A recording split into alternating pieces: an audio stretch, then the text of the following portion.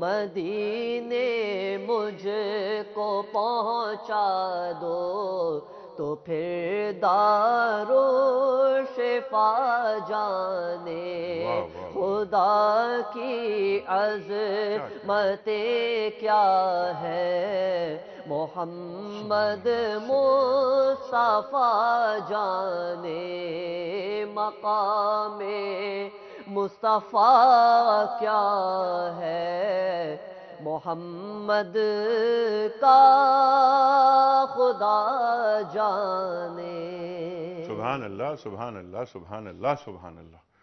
مقام مصطفیٰ کیا ہے صلی اللہ علیہ وسلم؟ محمد کا خدا جانے. ورفعنا لک ذکرک، ہم نے آپ کے ذکر کو بلند. بے شک بے شک. عبد المالک صاحب کے سوالات آئے تھے کچھ مفتی صاحب. عبد المالک صاحب کی جو آواز تھی یہ میں کہتا ہوں مکہ کی آواز ہے جو ہم پاکستانیوں کو جھنجھوڑنے کے لیے آئی ہے، اور حقیقت یہ ہے کہ اس میں کوئی دوسری رائے نہیں ہو سکتی کہ ہمارے ملک کے پاکستان کے یہ سارے کے سارے مسائل کی جڑ اور بنیاد یہ ہے کہ ہم نے وعدے توڑے ہیں، اور جو اسٹیٹ وعدوں کو توڑ کر کے قائم ہو، وعدے توڑے جا رہے ہوں، اور پھر وہ وعدے ایک ہے کسی کمپنی کے ساتھ، کسی ادارے کے ساتھ، کسی ذمہ دار کے ساتھ، یہ وعدہ کیا گیا تھا اللہ رب العزت کے ساتھ. آپ خود دیکھیے قائد اعظم محمد علی جناح مرحوم کے وہ واضح طور پہ الفاظ موجود ہیں جس میں انہوں نے کہا Pakistan is going to be a laboratory for experimentary of Islamic values. Pakistan ایک لیبارٹری اور تجربہ گاہ بننے جا رہا ہے. وہ تجربہ گاہ ہوگا جس میں اسلامک ویلیوز ہوں گی اور اسلامک ویلیوز کو اس کے اندر نافذ کیا جائے گا. آج ہم نے اس وعدے کو توڑا ہے، اور یہ بات یاد رکھنے کی ہے. میں بہت زیادہ دکھی دل کے ساتھ، بہت افسردہ دلی کے ساتھ ایک بات کہنا چاہتا ہوں. پاکستان کا مطلب کیا لا الہ الا اللہ ہے. پاکستان کی بنیادوں میں یہ 2.5-3 لاکھ افراد نے جو جانیں دی تھیں وہ لا الہ الا اللہ کے لیے دی تھیں، وہ صرف زمین کے ٹکڑے کے لیے نہیں دی تھیں. اگر وہ صرف اور صرف اپنے کسی معاشی ہجرت کے طور پر یا اپنے صرف اور صرف کاروبار یا بزنس یا اپنے مال یا اپنے پلاٹ یا اپنے کلیمز کے لیے اگر کرنا چاہتے تھے، کوئی اس مقصد کے لیے جانے نہیں دیا کرتا. کوئی ماں کی لاشیں کو اپنی آنکھوں کے سامنے نہیں دیکھتا، جو بچیوں کا قیمہ نہیں اٹھوایا کرتا، جو ٹرینوں کے اندر کافروں کے ہاتھوں اپنے چھوٹے چھوٹے معصوم بچوں کے ٹکڑے ٹکڑے نہیں کروایا کرتا. یہ لا الہ الا اللہ کے لیے قربانیاں ہوئی تھی. میں آج میڈیا پر بیٹھے ہوئے ان سو کال دانشوروں کی خدمت میں ہاتھ جوڑ کر مؤدبانہ درخواست کرتا ہوں، اس ملک میں تم نے اسلام کو، اسلام کی ویلیوز کو، اسلام کے نظام کو نافذ نہیں کیا، نہ کیا. وہ ایک مستقل جرم ہے، اور اس جرم کی پاداش میں ہم سزائیں بھگت رہے ہیں، ٹامک ٹوئیاں مار رہے ہیں. ٹیبل ٹاک پر آج دانشور بیٹھتے ہیں، کوئی کہتا ہے جی اس لیے ہم آج تباہ ہیں، ہماری معاش کمزور، کوئی کہتا ہے ہماری اکانومی کمزور، کوئی کہتا ہے ہمارے حکمران خراب، کوئی کہتا ہے ہمارے ہاں غیرت کا عنصر ختم، کوئی کہتا ہے سیاستدان ختم. کچھ نہیں ہے. سب سے بڑا سبب وہ ہے جو حجۃ الوداع کے موقع پر آپ صلی اللہ علیہ وسلم نے ارشاد فرما دیا تھا ترکت فیکم امرین لن تضلوا بما تمسکتم بہما کتاب اللہ و سنت رسولہ صلی اللہ علیہ وسلم. میں تو جا رہا ہوں مگر 2 چیزیں تم میں چھوڑ کر جا رہا ہوں، کتاب اللہ اور سنت رسول اللہ. ہم نے اسی نعرے کو بنیاد بنا کر پاکستان حاصل کیا تھا. اسے مدینے کی اسٹیٹ بنائیں گے، اسے مدنی نظام کا گہوارہ بنائیں گے. یہاں پر اللہ کے رسول کا اتباع سنت کا سانچہ اسٹیٹ، اجتماعیت، نظام کی شکل کے اندر دنیا کے سامنے واضح طور پر ہوگا. یہ اسلام کا قلعہ بنے گا اور پوری دنیا کی اسلامک اسٹیٹ اس کو اپنا آئیڈیل نمونہ بنائیں گی.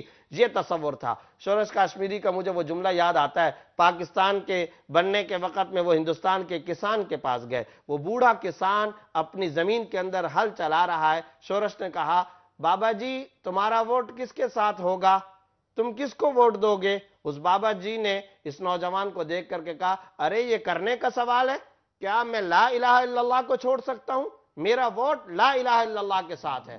گویا کہ پاکستان کا مطلب لا الہ الا اللہ، وہ پاکستان کو لا الہ الا اللہ سمجھ رہے تھے. آج ہمارے یہ دانشور بیٹھ کر کے ٹیبل ٹاک پر کہتے ہیں جی یہ تو ایک سیکولر اسٹیٹ کے طور پر آ گیا تھا. آپ نہ کریں، لیکن کم از کم درجے کی بات یہ اس کی بنیادوں کا انکار نہ کریں، تاریخ کو مسخ نہ کریں. یہ جرم ہوگا، اور یہ جرم سے بڑا جرم ہے کہ آپ اس وعدے کو بھلا بیٹھے، نظام کو آپ روب عمل نہیں لائے، لیکن ساتھ ساتھ آپ بنیادوں کا بھی انکار کر رہے ہو. کم از کم اس بنیاد کا انکار نہ کرو. یہ تاریخ کے ساتھ سفاکیت بھرا ظلم ہے. مفتی صاحب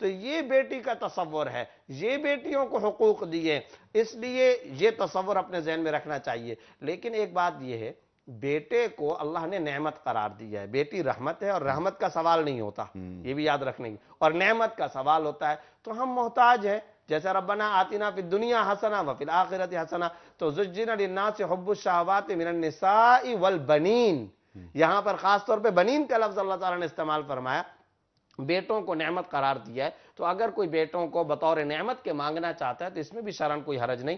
ہاں، پس منظر کی ذہنی طور پر اصلاح ہونی چاہیے، ذہنی اصلاح کے ساتھ اگر کوئی بیٹوں کا بھی سوال کرتا ہے تو ہم اللہ کے محتاج بندے ہیں، اللہ ہی سے اگر نہیں مانگیں گے تو کس سے مانگیں گے؟ اور اللہ تعالیٰ کیا فرما رہا ہے قرآن کریم میں کہ بعض کو ہم بیٹے دیتے ہیں، بعض کو بیٹیاں دیتے ہیں، یَهَبُ لِمَن يَشَاءُ إِنَاثًا وَيَهَبُ لِمَن يَشَاءُ الذُّكُورَ، جی، اور بعض کو دونوں بیٹے اور بیٹیاں دونوں دیتے ہیں۔ یہ من جانب اللہ ہے، بس دعا مانگنی چاہیے کہ اللہ نیک اور صالح اولاد دے، وہ اولاد دے جو دین کی خدمت کر سکے، دین کے داعی پیدا ہوں، ترجمان اسلام پیدا ہوں، محافظ دین پیدا ہوں، یہ دعائیں کرنی چاہیے۔ یہ دعائیں کرنی چاہیے۔ مفتی صاحب ایک ویڈیو کویسچن لیتے ہیں۔ السلام علیکم انیق صاحب، میرا کویسچن صرف اور صرف یہ ہے کہ جس دور سے ہم لوگ پاکستان میں مسلمان گزر رہے ہیں، ہمارے ہاں یہاں پر لوگ قرآن جو ہے، جو کتاب ہماری رہنمائی کے لیے اتری ہے، اس کتاب کو ٹرانسلیشن کے ساتھ، ترجمے کے ساتھ سمجھنے کا زور کیوں نہیں دیتے؟ ورنہ ہم کوئی ایسی کتاب نہیں پڑھتے جس کا مطلب ہمیں سمجھ نہ آتا، اور دنیا میں کوئی بھی چیز ہم ایسی نہیں کرتے، نہ کوئی بک ایسی پڑھتے ہیں، تو واحد یہ کتاب جو ہے پاکستان میں ہمارے ہاں اس کو ٹرانسلیشن کے ساتھ پڑھنے پہ کیوں زور نہیں دیتے؟ بہت اچھا سوال کیا نبیل آپ نے، آپ کا بہت شکریہ۔ مفتی صاحب کے بہت اہم سوال ہے یہ۔ قرآن کریم کو ترجمے کے ساتھ پڑھنا، سمجھنا اور پھر اس پر ظاہر عمل کرنا، یہ کتاب ہدایت ہے رہتی دنیا تک کے لیے، اور صرف مسلمانوں کے لیے نہیں، عالم انسانیت کے لیے۔ کیوں نہیں ٹرانسلیشن کی طرف جاتے، تفاسیر کی طرف کیوں نہیں جایا جاتا؟ بالکل اہم ترین سوال ہے، اور میں سمجھتا ہوں امت مسلمہ کی زبوں حالی کا ایک بہت بڑا سبب یہی ہے۔ امت مسلمہ آج برباد اور زوالی کا شکار ہے، تو اس کا بہت بڑا سبب یہ ہے کہ قرآن کو نہیں سمجھتی۔ جگہ جگہ قرآن کریم نے کتاب قرات کے طور پر اس کا تعارف نہیں کرایا، کتاب ہدایت کے طور پہ تعارف کرایا۔ اور اللہ تعالیٰ کا لب و لہجہ آپ دیکھیے انیق صاحب، جہاں قرآن پہ غور و فکر اور سمجھنے کی بات آتی ہے، خدا تعالیٰ کا قرآن کریم کے اندر لب و لہجہ تبدیل ہو جاتا ہے۔ اب میں چند آیتیں سناتا ہوں۔ افلا یتدبرون القرآن ام علی قلوب اقفالها، یہ کیوں نہیں قرآن میں غور و فکر کرتے، یا ان کے دلوں پہ تالے پڑ گئے؟ ایک اور جگہ پر وفی انفسکم افلا تبصرون، اور تمہارے نفسوں کے اندر نشانی ہے، کیا تمہیں نظر نہیں آتا؟ یہی ترجمہ ہے، پوچھ لیجئے کسی بھی عربی جاننے والے سے، افلا تبصرون، کیا تمہیں نظر نہیں آتا؟ آپ جائیے الف لام را کتاب انزلناہ الیک لتخرج الناس من الظلمات الی النور، یہاں کفر کی تاریکیوں سے، ظلمتوں سے نکال کر اس کتاب کے ذریعے سے آپ ایمان کے نور اور روشنی کی طرف انسانیت کو منتقل کریں۔ اور تیسری جگہ پر لتبین للناس، لتبین بیان، بیان کا لسان العرب کے اندر جو ترجمہ لکھا ہوا ہے وہ یہ، کسی چیز کو اتنا واضح کرنا، جیسا کہ نصف النہار کے وقت سورج آپ کے سر پر ہوتا ہے تو سورج کی روشنی سے جو چیز جس طرح نمایاں ہوتی ہے اس کو کہتے ہیں بیان۔ تو قرآن یہاں لفظ استعمال کرتا ہے لتبین للناس، قرآن کو ایسے بیان کرو کہ قرآن کے علوم و معارف لوگوں کے سامنے سورج کے روشن سورج کی طرح واضح اور نمایاں ہو کر سامنے آ جائے۔ یہ سب چیزیں کب ہوں گی؟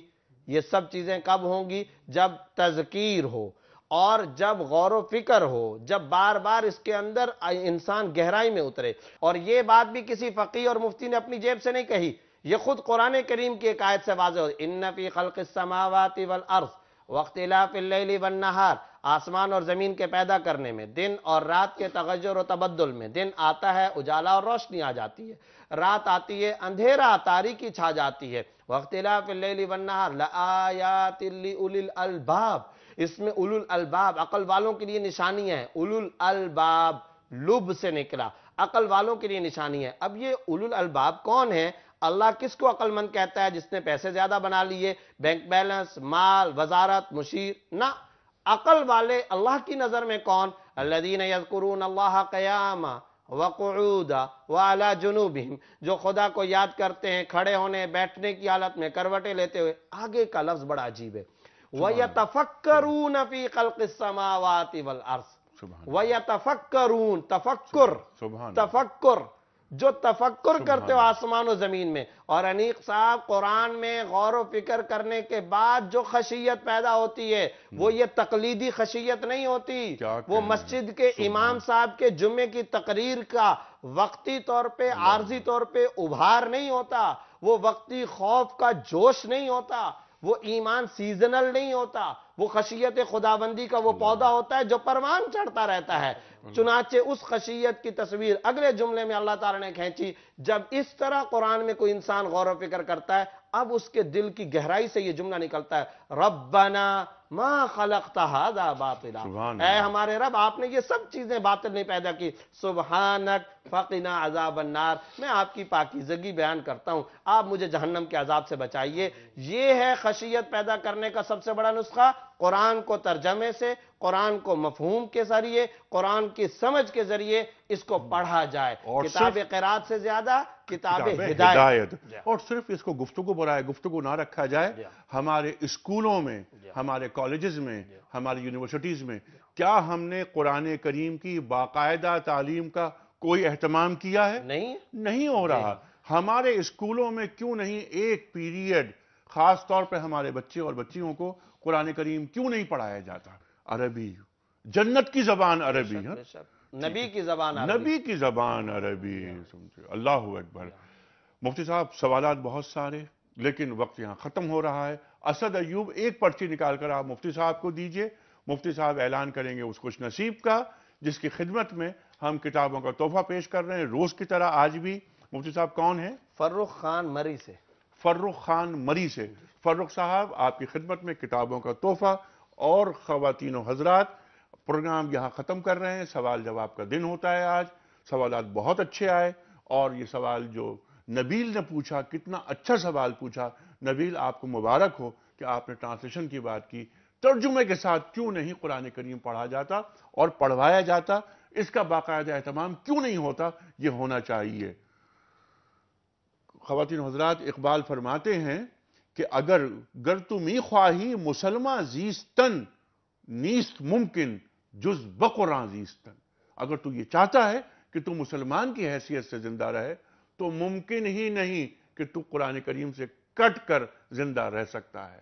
خواتین و حضرات، پروگرام یہاں ختم کر رہے ہیں۔ انیق احمد کو اجازت دیجئے، لیکن کلام اقبال پر ہم پروگرام ختم کریں گے۔ اسد ایوب سے گزارش کروں گا کہ علامہ اقبال کے کلام سے اس بابرکت پروگرام کو ختم کیا جائے۔ انیق احمد کو اجازت۔ علامہ اقبال کی جو آج نظم ہے اس کا عنوان ہے اے روح محمد صلی اللہ تعالی علیہ وسلم۔ اللہ اکبر۔ اور خواتین و حضرات، اس نظم کا آخری شعر، اس پر ذرا توجہ ضرور فرمائیے گا۔ شیرازہ ہوا ملت مرحوم کا اب تر، شیرازہ ہوا ملت مرحوم کا اب تر،